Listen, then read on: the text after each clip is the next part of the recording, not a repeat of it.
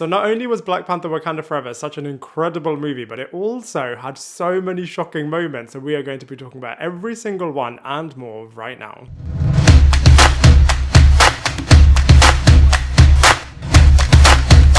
What is up, everybody? Welcome back to my channel, Lifestyle Critic. I hope you're having a brilliant day. So this is going to be the spoiler review for Black Panther Wakanda Forever. So if you haven't seen Black Panther Wakanda Forever yet, then definitely check it out and then come back to the spoiler review. Or if you don't mind things being spoiled, then stick around. So first of all, let's talk about Shuri becoming the new Black Panther. So I actually really like this. I think it was so well deserved and so well earned across this movie. I feel like Shuri really did step up to the plate in so many different ways. For example, just loving Wakanda, representing Wakanda, being able to fight for Wakanda, being within the royal family, just losing so much, and also just really being an absolutely incredible warrior. And I just feel like her heart was one that the audience could totally connect with. And this character just goes through so much grief, pretty much losing every single person in her family. So I loved the Shuri journey, and I absolutely loved it even more, the fact that she became Black Panther. And not only that, she was just an absolute boss when she did become Black Panther. And she really is able to be really noble as well, and mirrors so much of what T'Challa represented. So for example, she had Namor by the throat. She could have killed him if she wanted to, but instead she chose peace, which I think is really interesting as well, as T'Challa could have almost killed Baron Zemo because Baron Zemo killed his father, and very similarly Shuri could have killed Namor because Namor obviously killed her mother, and by contrast Namor does kill for his people. So Shuri really did show that she is able to rise above this and put her people first, as of course then the two of them were able to have a bit of a peace treaty, although who knows how long that will last for, but let's come back to that in a minute. So during the mid-credit scene, straight after that super emotional tribute to Chadwick Boseman, which was just so incredible, it is revealed that Nakia has a son with T'Challa, that she is called T'Challa. So now we have mini T'Challa that is most probably going to grow up to then become the next Black Panther.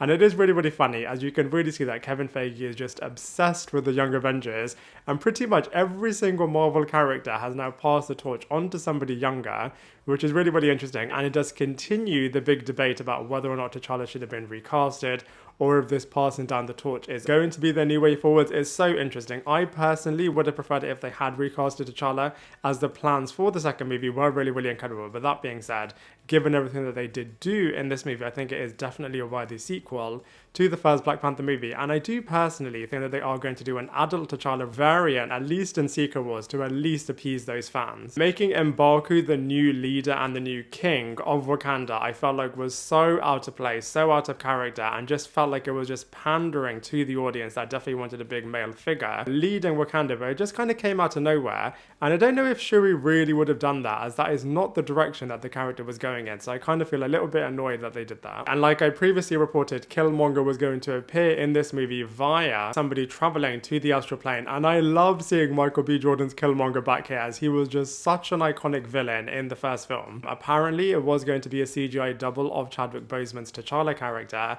that Shuri was going to see, but they ended up not doing that, and they ended up having Killmonger. But I feel like it worked with the writing that they were doing, as if Killmonger was in Shuri's place, he would have not even hesitated and would have killed Namor straight away. But it definitely shows that Shuri, like I said before, is able to rise above this and be more like T'Challa than she thinks. And all of the Black Panther movies and characters have got a little bit of a political edge to it, and this film definitely had that as well. But I have to say, I feel like they handle all of the geopolitical storylines so much better than Star Wars ever handles politics, as it firstly feels really integrated and authentic within the MCU universe, but they just make it really interesting, and they don't stay in that space for too long. And of course, Angela Bassett's incredible performances as Queen Ramonda definitely made those scenes worth watching. And then speaking of politics, I absolutely love the surprise of Val being in this movie. Absolutely incredible. Love the fact that we got Val here, and they really are seeding her to be the new big bad from a geopolitical point of view. And I love the fact that she was the ex to Everett Ross,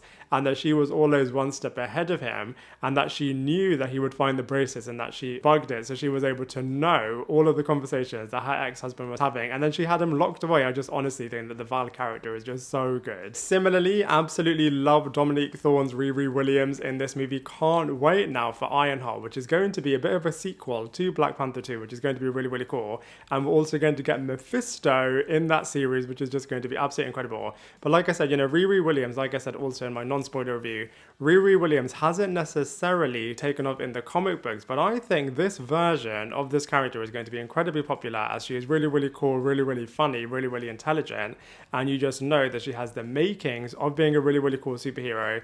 And I just loved all of the throwbacks to Iron Man, which is just really, really cool. Now let's talk about Namor. I honestly think he has the potential to be one of the best Marvel villains ever, and finally we have a villain that lived beyond their first film's introduction, which is so wicked.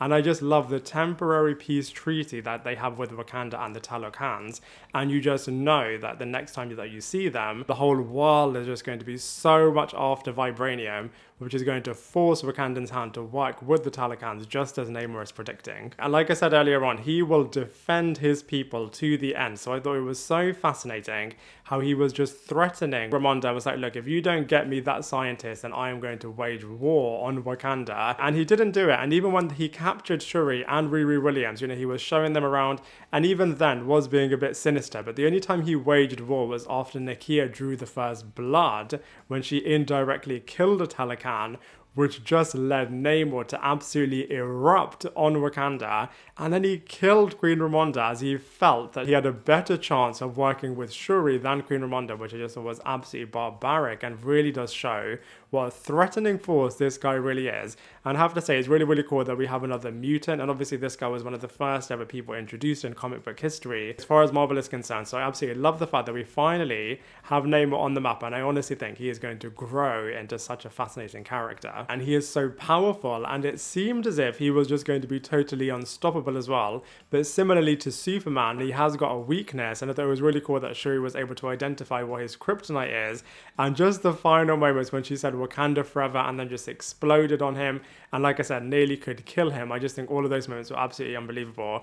And also, not only him, but also the other Talokans, whenever they attack with water, love it when everything just becomes slow-mo. The little water bombs are just absolutely unbelievable. And just from a visual cinematography point of view, I have to say, all of that just looks absolutely incredible. Like I said in my non-spoiler review, I just wish we would have spent a lot more time in Talokan, and I would have understood what this underwater world is like. I feel like they did the bare minimum to make it understandable and acceptable in this movie, but they could have and should have just done so much more in terms of introducing this world and people. And another shocking moment has got to be Okoye being kicked out of the Dora Milaje by Queen Romonda, which I just thought was so shocking, as Okoye literally does feel like her whole life is defined by being a Wakandan warrior. But the fact that when Queen Ramonda thought that she had taken Shuri and had her killed, whereas actually she was kidnapped, she just didn't see any other option than to kick her out. So you could really feel the emotion coming from her. And just on that point, I do feel like emotion is just captured in this movie so incredibly. Of course, all of the tributes to Chadwick Boseman are just absolutely unbelievable, but also just everything and all the difficulty and the griefs and all of the emotions that the characters are going through, you just feel so connected to them. Now let's talk about the future. So we obviously have Kid T'Challa, so they could either grow him up, maybe Wiccan could do some magic to make him a bit of an adult or a young adult, but either way, I think he is definitely going to be part of the Young Avengers. I think Black Panther 3, they have to have Doctor Doom being the new big bad, which is then going to unite Wakanda and Talokan. And I think Shuri and Namor against Doctor Doom is just going to be absolutely unbelievable. I don't think she'll pass the mantle of Black Panther on yet. Maybe at the end of the third movie, but I would like to see another one in which Shuri is totally dominating this space. And I think Val might be the one behind everything, and maybe she is the one that's pulling all of the strings and getting Doctor Doom to be so frustrated with them. Maybe Fantastic Four are going to be involved. Maybe Kang is going to be involved as well. Maybe he is interrelated somehow with the royal family, and maybe this is where he comes from. Maybe all of his advanced technology, Miss Minutes, and all of the things that he was showing at the end of Loki, maybe that does originate from Wakanda, which could be really, really interesting. But I absolutely loved the fact that in this film, you know, Wakanda had a true enemy and a truly appropriate type battles with all of the Talokans, as in some ways you can see that these two areas are so similar, both from a vibranium point of view and also in terms of how the world is perceiving them, the fact that they were hidden once upon a time, and like I said, all of the geopolitical aspects as well, and the fact that they have the ability to just really be a true threat against one another. Like I said in my non-spoiler review, I definitely feel like the third act of this movie could have been so much stronger. But other than that, I have to say this movie was really, really strong. Loved all of the emotional tributes, loved the strong storytelling that they had, loved the introduction of all the new characters. And I just have to say they wrapped everything up really, really nicely. But now I'd love to hear from you. What did you think of Black Panther Wakanda Forever? What do you think is going to happen next? How do you think this movie could have been better? Let us all know your thoughts in the comment section below. Otherwise, I look forward to seeing you in my next next video.